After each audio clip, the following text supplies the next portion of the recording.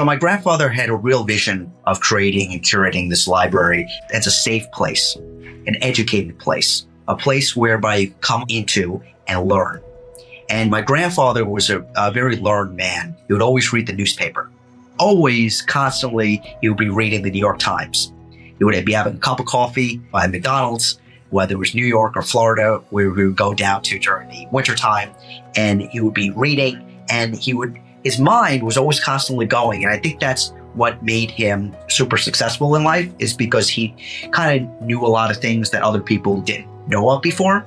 And I think that's what he wanted to bring into the household. He really wanted us to come in and absorb everything, and not necessarily read every single book in the library. It would take too long. I mean, there's hundreds of books in here. It would take many, many years to go through each one of them. But just coming in here and even just taking the book down from the shelves and reading 10 pages of a book and learning.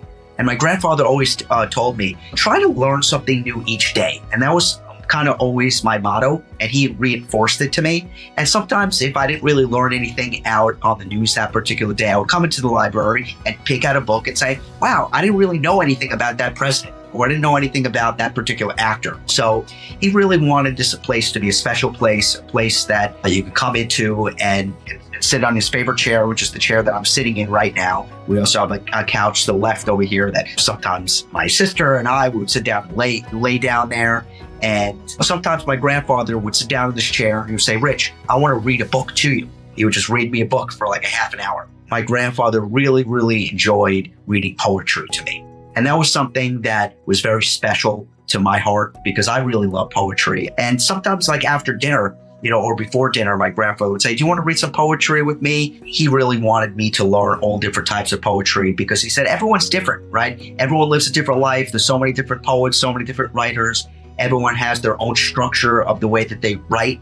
And I think he wanted me to just learn all these different types of things so that I could bring it maybe to my children someday, or to other people, and teach them about certain types of poetry. And poetry is still very close to my heart. Sometimes I come in here and just go through some of the books, and even some of the books that I see still up on the shelves still have like a bookmark of my grandfather with a little sheet of paper in there of what he was up to when he was reading.